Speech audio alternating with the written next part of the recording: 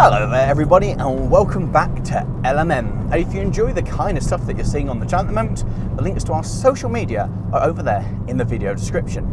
Today, well yes, I've gone and done it again and bought myself a new car. And I believe that this is the cheapest car in the entirety of the UK that I could have bought with an MOT and it was on the road. So I'm going to go and do the most important thing I can think possible. I'm going to go and show it to Matt, and I'm sure he's going to be absolutely thrilled.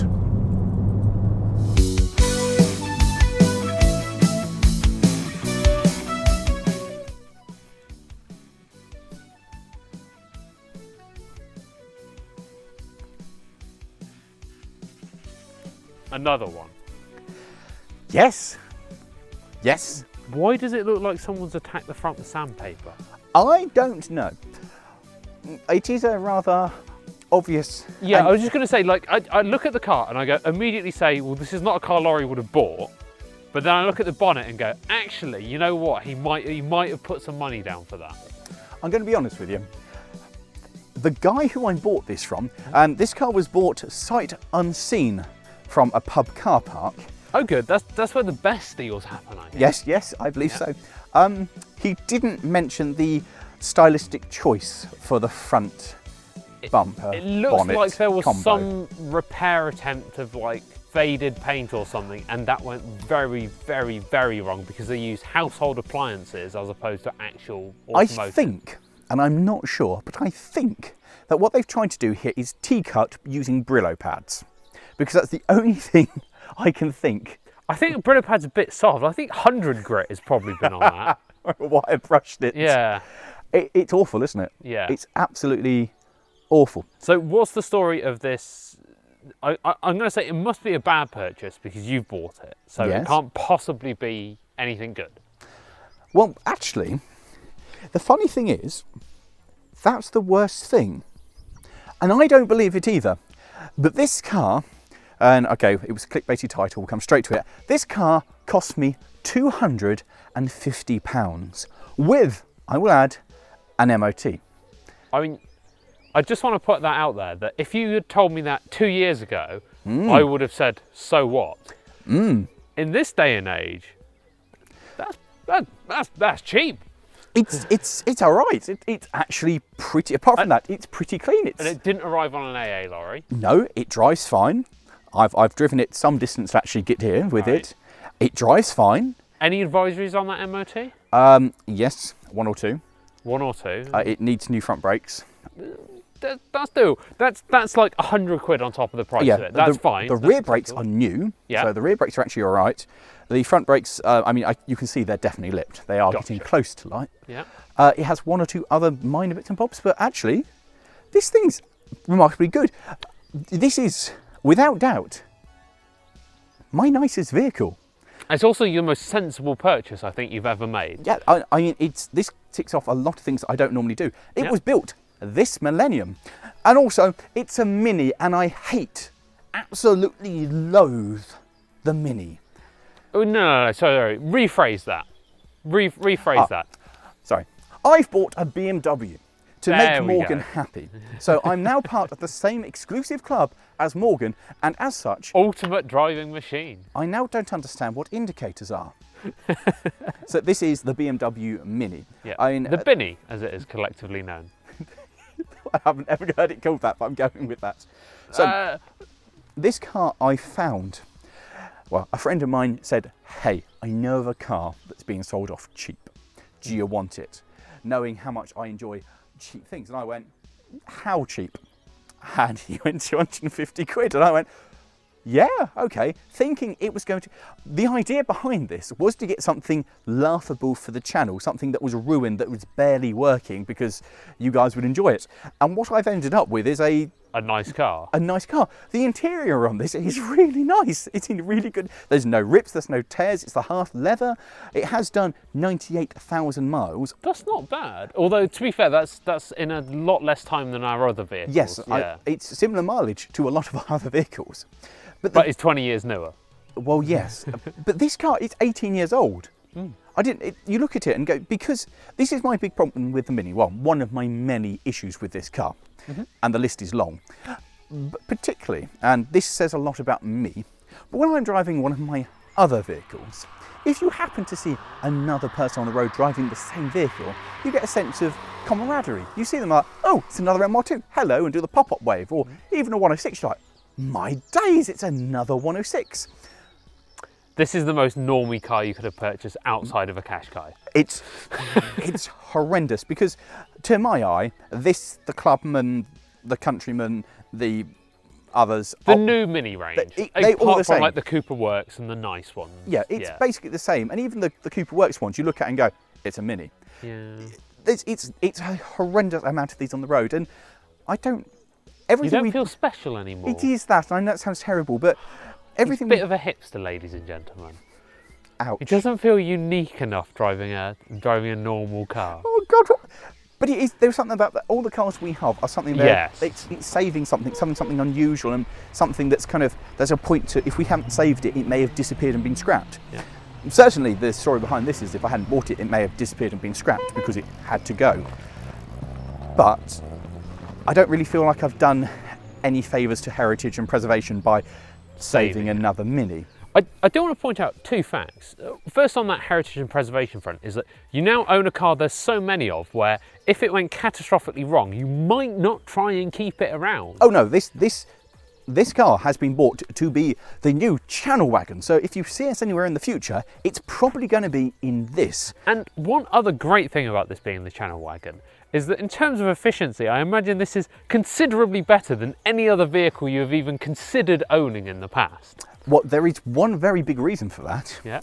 And that is this magical device runs on E10 petrol. Oh yeah, that's fair enough. The magic new stuff. Now, currently when we're shooting this in the UK, fuel has come down a little bit, but petrol is cripplingly expensive. I literally did a bit of man maths the other day, and I was driving my Toyota Starlet to work 2 days a week because I work hybrid now.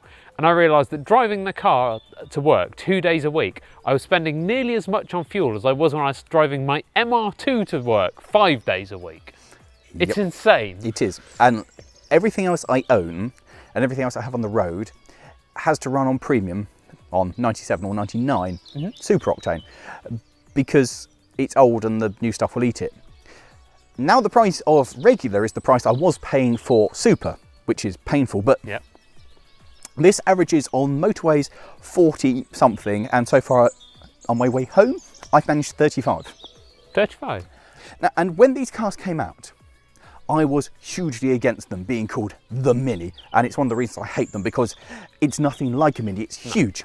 It's about 5 times the size of a Mini. It is. It was a relatively normal sized car when it came out. And that's before we get onto the Countryman. Well, oh, don't get me started. But 20 years on, and come the time of the crossover and the SUV, this is now a Mini. It's now a small car. It is effectively, yes. 20 years on, this has become what it's set out to be, which is a small car. And I love it for that, because it's so small. Yeah. It has some flaws. Well, some might call flaws, others may call improvements. It has 4 ready curb tyres, so I have absolutely no fear at all of damaging the alloys, because they're already damaged. I can't make it any worse. It does only have 2 doors, and I'm not a fan of 2-door cars. I, on the other hand, I think 2 doors is acceptable. Yes, I don't. But you took out the back seats. Well, yes. You have cars that either have 2 seats, so you can't get in the back. Yeah. Or you have cars that no longer have seats. We use them as pads in the shed. Oh yeah, we do. Yeah, there are kneeling pads. Whereas this, I have tried on the way up. I tried, because this happened. I bought this yesterday. I tried getting more than 1 adult in it, and it's fine in the front. Yeah. But there is no real room for people in the back. Were these full-size adults or diet adults? No. these were the full-size chunky things, and it's not good. It's not good. It is very much meant for 2 people. There are some really cool things. Like the back seats fold totally flat, which means the minuscule boot of that big becomes slightly less minuscule. It becomes a 2-seater. It's fine. I may just drive around with the back seats permanently down. Hold on a minute. You literally just mocked me 2 seconds ago for moving the back seats from my cars and then said, screw back seats. Yes, well, what I'm saying is I'm probably going to have it so I can still transport people in a push. Yeah. But most of the time it's just going to make a bit more storage. But it's fine. And it seems to be fine. Unlike my other purchase of recent times that I immediately went... Yes, which was actually significantly better than this. In terms of recent purchases, I mean, we've gone from a 1-star to potentially a 3 or a 4-star. Yes, out of 10. For half the price that I paid. This is better than that. Honestly, if this wasn't for the fact that it was just a Mini, and I so abhor the entire concept of it and the fact that it's not a Mini and it's a BMW, if it had come up with some other name, I probably wouldn't hate it as much. But if it wasn't for that, I probably like it a bit more than I do. But it's not that bad. This is what a daily should look like in this day and age. And just reiterating the point we made earlier, £250 for a car is not a lot of money. No. And to find any car these days for that little money it's a challenge. It's a rarity. Because as you guys know, we enjoy Cheap Car Challenge, and we have been almost ambassadors of the brand of being able to go out and buy a cheap car and have fun with your friends. And we're really struggling at the moment, looking forward to doing further challenges to actually find cars that are, well, both interesting to actually show you on the channel, that are actually drivable, as I found before, and are cheap. And I think interesting is the hardest thing to come up with, because beneath £500, there's nothing. Like finding a Mini below £500 is rare. Like, if you want something interesting, it's like we're looking at lemons. Maybe budget might need to go up to £1,000 because there's just nothing out there, and this is kind of, I think, one of the last bargains you'll actually get. This is it. This was a bargain. This was a cheap car. Now, our normal bastions of going to places, eBay, Facebook Marketplace and Gumtree, are no longer places where you can find it. It's mostly on Facebook itself, being part of a group that somebody will say, hey, this is for sale. You now very much need... And in truth, for this, it was a case of being in the right place at the right time. I happened to be around when my mate messaged me to say, this is available. You need to call them up very quickly because that was the one thing with this. So my friend told me about this on Thursday, and the car had to be gone by Saturday, giving me 2 days, effectively, because it was Thursday evening, to organise going down and collecting it. Yep. So it was a little bit tight. So that was the condition of it. But you don't find stuff like this. No. Before, there used to be loads of cheap cars just sitting waiting for someone to buy them, whereas now... You used to be able to get £200-300 cars all day, no issues at all. Old Igos, stuff like that. So, you've done all right. I mean, I don't want to get in it because £250, I doubt it's actually attached to its suspension anymore. I think it's okay. I think I actually did one that was right. I bought a car and I think it's okay. I will get in it after you've done 1,000 miles and not been to A&E.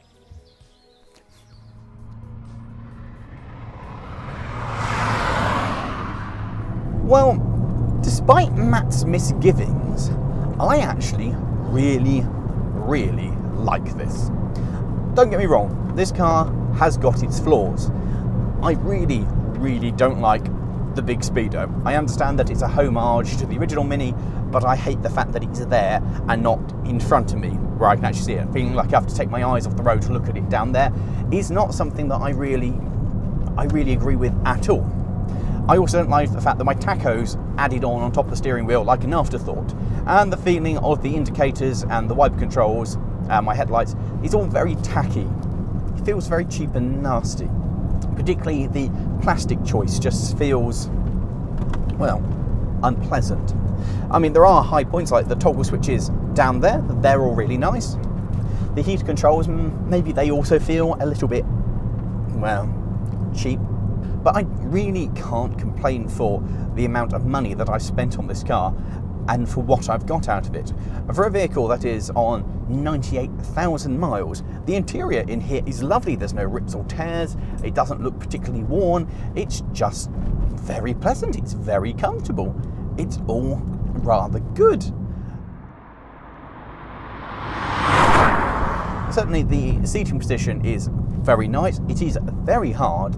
The suspension is possibly there or possibly has been replaced by just solid bars because it isn't a very comfortable ride at all.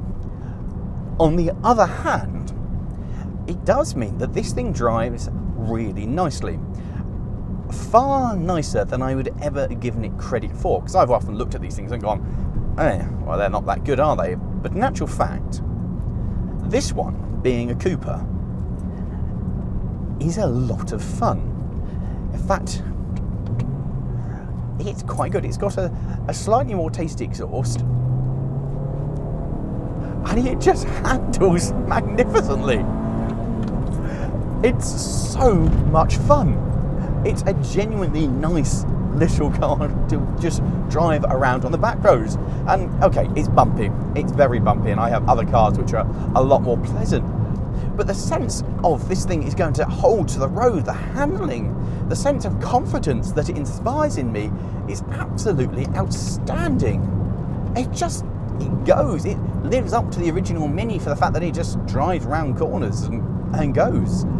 I'm just so pleasantly surprised. The gearbox certainly is a little bit clunky.